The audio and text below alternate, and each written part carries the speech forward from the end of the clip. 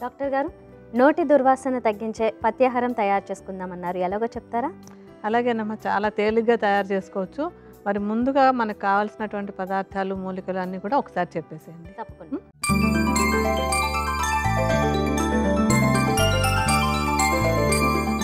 నోటి దుర్వాసనని తగ్గించే పత్యాహారం తయారీకి కావలసిన పదార్థాలు: యష్టి మధు, సోంపు, జీలకర్ర, నువ్వులు, జాజికాయ, పటిక బెల్లం, సైంధవ లవణం.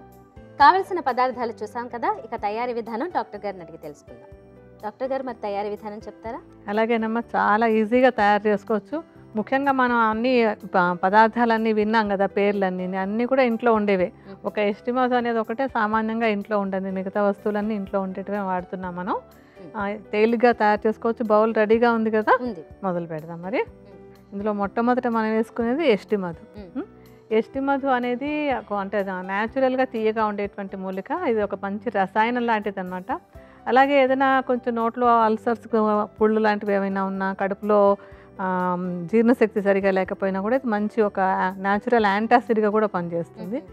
నోటి దుర్వాసన తగ్గించడానికి కూడా మంచిగా ఉపయోగపడుతుంది అనమాట. ఇది యష్టి మధుని మెత్తటి చూర్ణంలాగా చేసుకుని ఒక 25 గ్రాముల పరిమాణంలో తీసుకుని విడిగా ఒక బౌల్లో పెట్టుకోండి.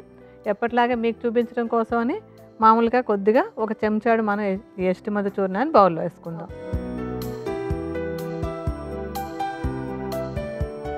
తర్వాత మన వంటింట్లో ఉండే జీలకర్ర. ఇది జీలకర్రని ఏం చేయాలంటే కొంచెం మూకుట్లో వేసి ఒట్టిగా పొడి పొడిగా వేయించుకోవాలి. ఇంకేం వేయకుండా ఒట్టిగా డ్రై రోస్టింగ్ అంటాం కదా, అలాగే ఒట్టిగా పొడిగా వేయించాలి. వేయించిన తర్వాత చూర్ణంలాగా చేసుకోవాలన్నమాట.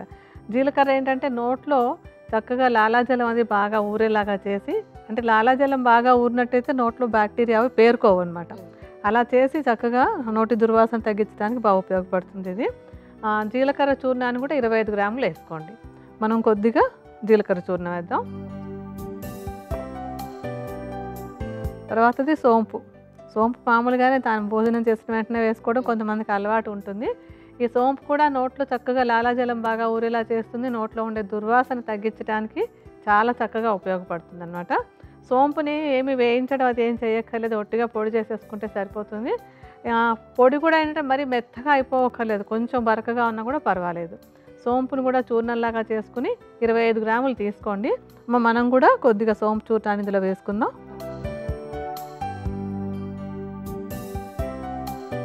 తర్వాత నువ్వులు. ఇది వంటింట్లో ఉండేదే కదా.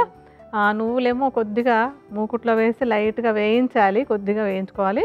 పొడిలా ఏం చేయక్కర్లేదు. వేయించినటువంటి నువ్వులు 25 గ్రాముల పరిమాణంలో ఇందులో కలిపేసుకోవాలి.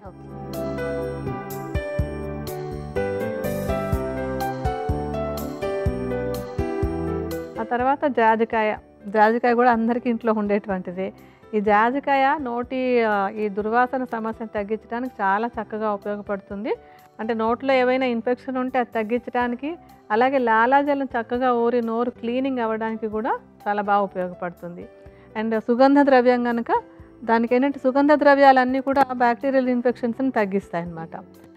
జాజికాయను కూడా పొడిలాగా చేసేసుకుని మిగతా వాటితో, అంటే మిగతావన్నీ 25 గ్రాములు వేస్తాం. జాజికాయ కొంచెం ఘాటు, అందుకని ఎక్కువ కాకుండా ఒక 10 గ్రాముల పరిమాణంలో వేసుకోండి. కొంచెం తక్కువగా మనం జాజికాయ కూడా కలుపుకుందాం. ఆ తర్వాత పటిక బెల్లం. పటిక బెల్లం ఏంటంటే ఔషధం తీసుకోవడానికి మనకి తేలిగ్గా ఉండాలి. ఎంత అద్భుతమైన ఔషధమైనా నోట్లో వేసుకుని తీసుకోగలిగేలాగా ఉండాలి కదా.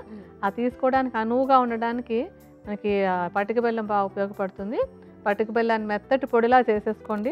25 గ్రాముల పరిమాణంలో మీరు ఈ మిగతా చూర్ణాలతో కలుపుకోండి. మనం ఇందాక మొదట వేస్తాం కదా ఈ సోంపు అవిని, అలాగే ఈ పటిక బెల్లం పొడి కూడా కలుపుదాం. ఇంకా ఆఖరిది సైంధవ లవణం. ఈ రోజుల్లో సైంధవ లవణం కూడా అందరి ఇళ్లలోనూ ఉంటూనే ఉంది. సైంధవ లవణం కూడా ఏంటంటే లవణాలన్నీ నోట్లో లాలాజలం బాగా ఊరడానికి ఉపయోగపడతాయి. అలాగే నోట్లో ఉండే ఇన్ఫెక్షన్లు తగ్గించడానికి కూడా చక్కగా ఉపయోగపడతాయి అన్నమాట. ఈ సైంధవ లవణాన్ని మెత్తటి పొడి చేసేసుకుని, ఎప్పుడు ఉప్పు ఎందులోనే ఎక్కువ వేసుకోం మనం, కాస్త రుచికి తగినంత వేసుకుంటాం కదా. ఈ సైంధవ లవణం కూడా అలాగే కాస్తంత రుచికి తగినంత అన్నట్టుగా కొద్దిగా వేయండి. సో అన్నీ వేసేసాం. ఇప్పుడు అన్నింటిని బాగా కలిపేసుకుందాం.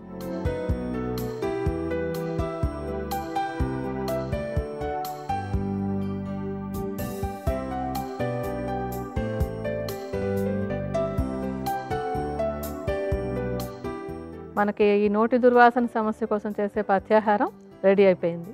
ఓకే, మరి ఎప్పుడెప్పుడు ఎలా తీసుకోవాలి చెప్తారా?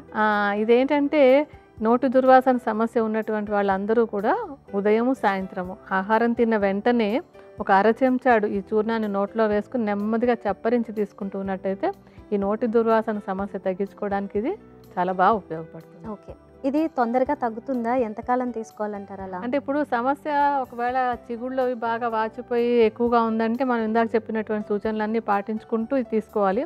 అంత ఏమీ లేవు, వేరే ఇన్ఫెక్షన్లు ఏవి లేకుండా దుర్వాసన వస్తుంటే వెంటనే 1-2 రోజులకే డిఫరెన్స్ తెలిసిపోతుంది. కానీ నోట్లో ఇన్ఫెక్షన్ ఉంటే ఆ ఇన్ఫెక్షన్ అది కొంచెం తగ్గడానికి ఒక వారం 10 రోజుల్లో తేడా తెలుస్తుంది.